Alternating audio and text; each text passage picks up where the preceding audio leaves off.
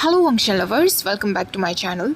तो last part में हमने देखा था, जैसा कि वांग जी ने एक्सपेक्ट किया था, वे विशन ने क्लाउड रिसेस में आते ही प्रॉब्लम्स खड़ी करना शुरू कर दिया था। 2 दिन के अंदर अंदर उसे लेक्चर से बाहर निकाल दिया गया था। वांग जी अपने अंकल की तरफ देख सकता था। जब भी वो वे विशन की तरफ देखते थे, उनके फेस पर सिर्फ गुस्सा होता था।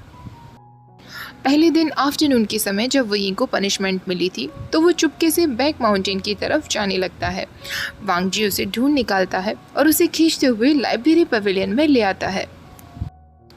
पूरे टाइम बेचारा वयिंग उसके कान में कहता रहता है, तुम बहुत निर्दयी हो लैंड मास्टर।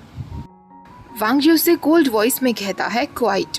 तो वयिंग कहता है, अगर मैं नहीं रहा तो क्या करोगे? मुझे फिर से साइलेंस कर दोगे? वांग जी अपनी बुक में बिजी हो जाता है और वयिंग को इग्नोर ही करता है। कुछ टाइम तक वयिंग शांत रहकर अपनी पनिशमेंट को कंप्लीट करता है, पर आधे घंटे बाद वो वांग जी की डेस्क के पास आकर बैठ जाता है और उसकी स्लीव्स को खींचते हुए कहता है, वांग जी ब्रदर। पर वांग जी उसे इग्नोर करता है। वयिंग फिर उससे कहता है, लान वांग जी। पर वांग जी फिर उसे इग्नोर करता है। इस बार वयिंग लाउड वॉइस में कहता है, लंजा। वांग जी उसकी तरफ देखता है तो वयिंग उसके नज़दीक जाकर कहता है, थैंक गॉड तुमने मेरी तरफ देखा। तो पहली बार वांग जी वयिंग के इतना नज़दीक था। उसकी रोज़ पिंक जैसे लिप्स, उसकी ग्रे कलर की आंखें जिनमें केवल शरारत थी। वांग जी तुरंत उसके फेस को ऑब्जर्व करना बंद करता है और अपनी रीडिंग में ध्यान लगा लेता है। वयिंग अपनी 2 फिंगर्स वांग जी के हाथ की तरफ ले जाते हुए कहता है, या फिर तुम लैनर मास्टर कहलवाना ज़्यादा पसंद करोगे। वांग जी तुरंत उसे साइलेंस कर देता है। वयिंग कुछ कह नहीं पा रहा था। वो प्रोटेस्ट करने के लिए अपनी दोनों फिंगर्स को वांग जी के स्क्रॉल पर रख देता है जिसे वो रीड कर रहा था। वांग जी अब रीड नहीं कर पाता। वांग जी वयिंग के हाथ को हटाने की कोशिश करता है। सडनली वयिंग की स्लीव्स ऊपर हो जाती हैं और जो वांग जी देखता है उसे देखकर एक सेकंड के लिए वो शॉक रह जाता है। वहाँ पर एक फेंट सा रेड थ्रेड बना हुआ था। वो तुरंत वयिंग की साइलेंसिंग स्पेल हटा देता है और उससे कहता है, तुम्हारी रिस्ट। वयिंग पहले कंफ्यूज हो जाता है, पर फिर वो अपनी रिस्ट की तरफ देखते हुए कहता है, अच्छा तुम इसकी बात कर रहे हो? वांग जी कहता है, ये रेड कलर का है। वयिंग हाँ करता है और ब्राइटली स्माइल करते हुए कहता है, ये रेड थ्रेड है। इसका मतलब है कि एक दिन मुझे किसी से प्यार होगा। वांग जी उससे कहता है, ये सारी बातें रिडिकुलस हैं। वयिंग कहता है, क्यों, इसमें क्या रिडिकुलस है? प्लीज़ मुझसे ये मत कहना कि तुम लैंस के रिस्ट पर रेड थ्रेड्स नहीं होते। वांग जी कोल्ड वॉइस में कहता है, होते हैं। वयिंग कहता है, मुझे तो लगता है कि बहुत अच्छा है, बल्कि बहुत रोमांटिक है। इसका मतलब है कि एक दिन मुझे किसी न किसी से तो प्यार होगा और गारंटीड वो भी मुझसे प्यार करने लगेगा।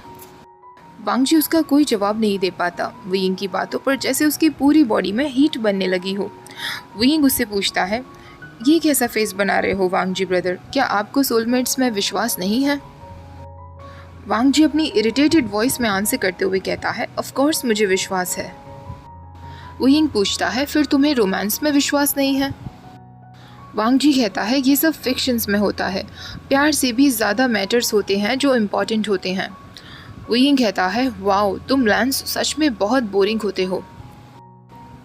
प्यार के अलावा ऐसा क्या मैटर है जो इम्पॉर्टेंट होता है? तभी अचानक वयिंग के फेस पर एक टीजिंग स्माइल आ जाती है और वो वांग जी के नज़दीक जाकर कहता है, कहीं ऐसा तो नहीं कि सेकंड मास्टर लैन जेलस हो रहे हैं क्योंकि उनके रिस्ट पर इस तरीके का रेड थ्रेड नहीं है। वांग जी तुरंत उसे कहता है, शट अप। वयिंग फिर भी हंसते हुए कहता है, मैं इमेजिन कर सकता हूँ लंजा, तुम्हारा सोलमेट भी बिल्कुल तुम्हारी तरह ही होगा। वांग जी इस बात पर एक चाइल्डिश और इमैच्योर वे में अपना अपर हैंड उठा देता है, जिस वजह से उसकी स्लीव्स नीचे हो जाती हैं और उसकी रिस्ट वयिंग को शो हो जाती है। वयिंग उसे देखकर कहता है, वांग जी ब्रदर, इसका मतलब आपकी रिस्ट पर भी एक रेड थ्रेड है? मैंने तो कभी भी नहीं सोचा था। वयिंग अब ज़ोर ज़ोर से हंसने लगता है और उससे कहता है, मुझे बहुत बुरा लग रहा है तुम्हारे सोलमेट के लिए। वो तो सच में बहुत बोर हो जाएगा। अब वो खुद पर कंट्रोल करते हुए वांग जी से सीरियस वॉइस में पूछता है, तुम्हें क्या लगता है तुम्हारा सोलमेट कैसा है लंजा? क्या तुम उसके बारे में कुछ जानते हो? वांग जी को वो सारी पल याद आ जाते हैं जब भी उसका सोलमेट उसे टीज किया करता था उसके रेड थ्रेड पर पुल करते हुए। वो खुद को रोक नहीं पाता और वियिंग से कह देता है वो बहुत प्लेफुल है और लॉयल भी है। वियिंग हंसते हुए कहता है तुम्हें कैसे पता? वांग जी कहता है मुझे बस पता है। वियिंग भी मुस्कुराते हुए कहता है मैं अपने सोलमेट के बारे में ज़्यादा कुछ तो नहीं जानता, पर जहाँ तक मुझे लगता है वो बहुत ही शांत है, मुझसे तो बहुत ज़्यादा ही शांत है। वियिंग फिर मुस्कुराते हुए कहता है मैं शर्त लगा सकता हूँ कि तुम्हारी वो सोलमेट भी कोई लैन ही होगी, बिल्कुल भी रोमांटिक नहीं होगी, ना ही कोई नॉनसेंस बातें करती होगी। आई एम श्योर तुम दोनों हमेशा एकदम खुश खुश रहोगे।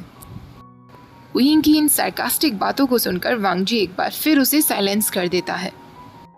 वांग जी को अब उस पर्सन के लिए तरस आ रहा था जो भी वियिंग का सोलमेट बनने वाला था।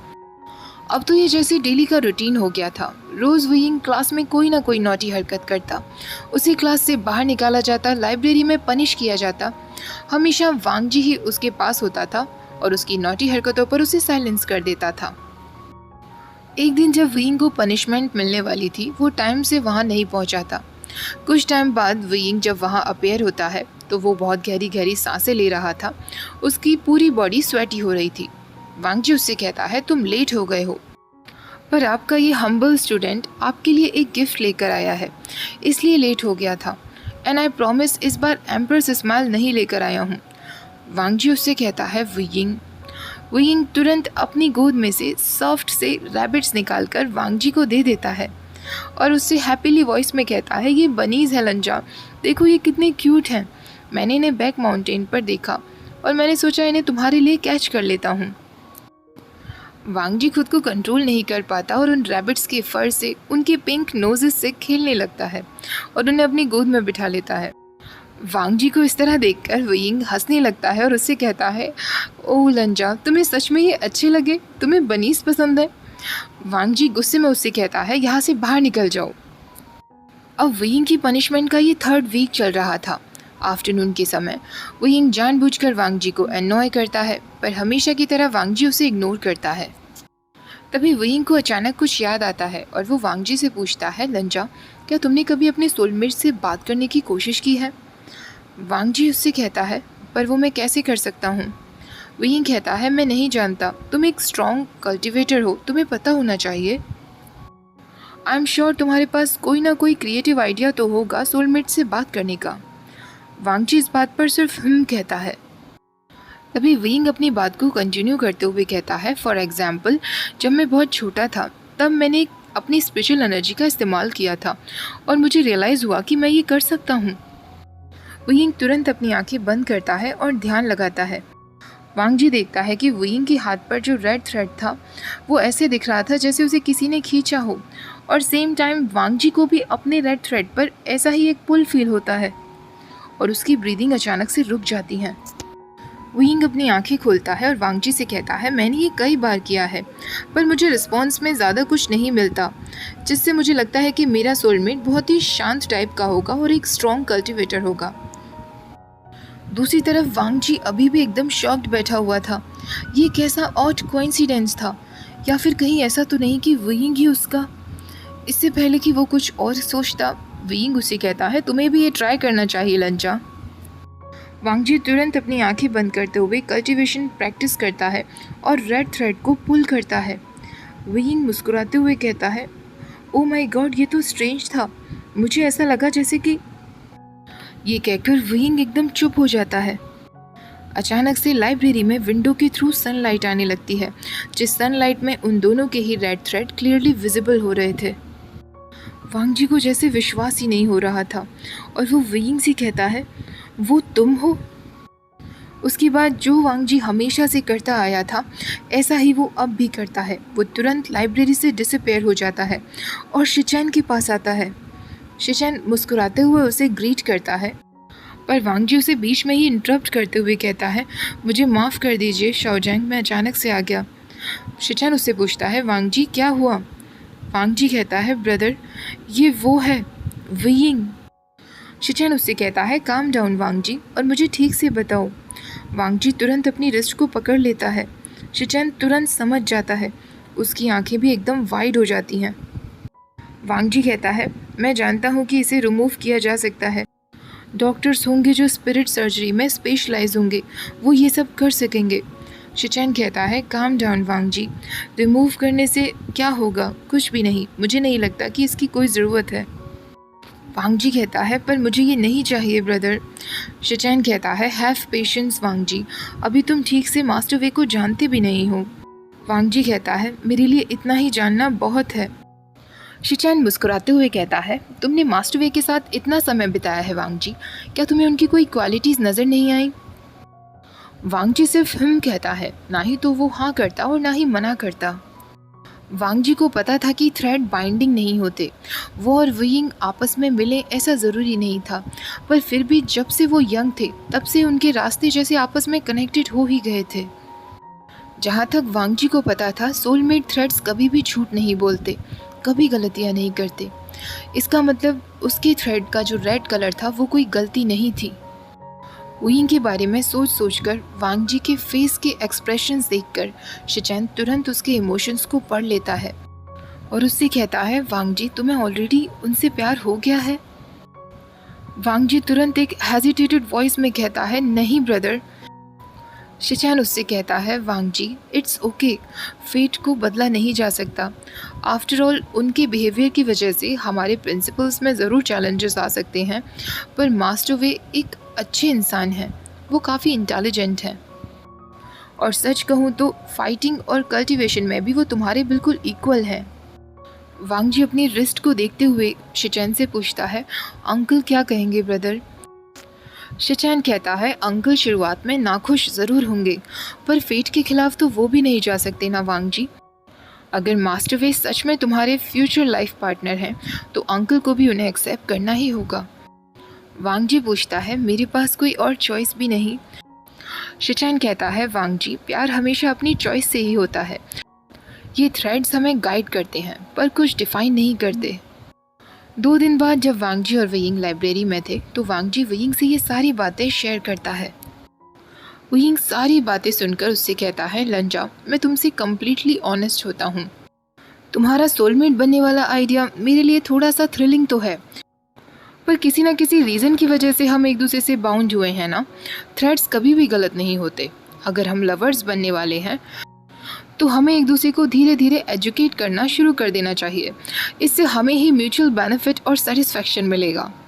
वांग जी को उसकी बात पर गुस्सा आ जाता है, वो ऑलरेडी बुरी तरह ब्लश कर रहा था।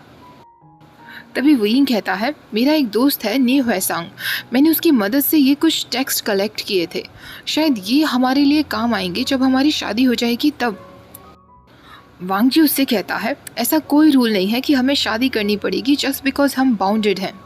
वियिंग कहता है लंजा तुम बिल्कुल भी फ़नी नहीं हो, क्या तुम्हें मेरे बॉयज चार्म से बाकी सब की तरह बिल्कुल भी प्यार नहीं हुआ? वांग जी तुरंत एक बुक खोलकर बैठ जाता है जिससे वो वियिंग से खुद को डिस्ट्रैक्ट होने के लिए बचा सके, पर जो बुक उसने खोली थी उससे उसकी बॉडी और भी ज़्यादा रेड हो जाती है क्योंकि वो एक कट स्लीव इरोटिक बुक्स थी। वांग जी तुरंत उस बुक को फेंक देता है और गुस्से में खड़ा हो जाता है। वियिंग उससे कहता है लंजा क्या हुआ? वांग जी कहता है तुम्हारी हिम्मत कैसे हुई? वियिंग वांग जी के इस रिएक्शन पर कंफ्यूज्ड लुक देते हुए कहता है इसमें ज़्यादा बड़ी बात क्या है लंजा, ये बस एक आर्ट ही तो है, श्योरली तुमने पहले भी ऐसे आर्ट वर्क्स देख रखे होंगे। वांग जी इस बात पर पूरी तरीके से स्पीचलेस हो गया था और अभी भी गुस्से में वियिंग को ही देखे जा रहा था। वियिंग उससे कहता है इसका मतलब तुमने ये सब पहले कभी नहीं देखा? वांग जी कहता है शट अप, तुम शेमलेस हो। वियिंग कहता है इसमें शर्माने वाली क्या बात है लंजा, एट फर्स्ट मुझे भी लगा था कि मेरा सोलमेट एक मैन होने वाला है। मैं काफ़ी अनकंफर्टेबल फील कर रहा था क्योंकि मैं हमेशा से प्रिटी गर्ल्स को पसंद करते हुए आया हूँ और मुझे यही लगा था कि मेरी सोलमेट कोई वुमेन ही होगी, पर जब तुमने मुझे बताया कि तुम मेरे सोलमेट हो तो मुझे ज़्यादा कुछ फ़र्क नहीं पड़ा क्योंकि तुम भी एक गर्ल की तरह बहुत प्रिटी हो, बल्कि उससे भी ज़्यादा प्रिटी हो। वांग जी फिर उससे कहता है शट अप, पर उसके दिमाग में यही चल रहा था वियिंग को मैं प्रिटी लगता हूँ। वियिंग अपनी नोज़ को रब करते हुए वांग जी से कहता है तुम बहुत अनरीजनेबल हो लंजा, तो इसका मतलब मैं ये समझूँ कि तुम मेरे साथ किसिंग प्रैक्टिस नहीं करना चाहते? इस बात पर वांग जी तुरंत बीचिन हाथ में निकाल लेता है। वियिंग उससे कहता है ओके लंजा, सो स्कैरी, तुम सच में कभी कभी ओवर रिएक्ट करते हो। मुझे किस करना इतना भी बुरा नहीं होगा, क्या तुम्हें ऐसा नहीं लगता? ऐसा कहकर भी वो हंसते हुए ही जा रहा था और वांग जी के बीजिन के स्ट्राइक से बच रहा था। वो उन बुक्स को वहीं छोड़कर जाने लगता है और वांग जी से कहता है, मैं इन वैल्यूएबल मटेरियल्स को यही तुम्हारे पास छोड़कर जा रहा हूँ।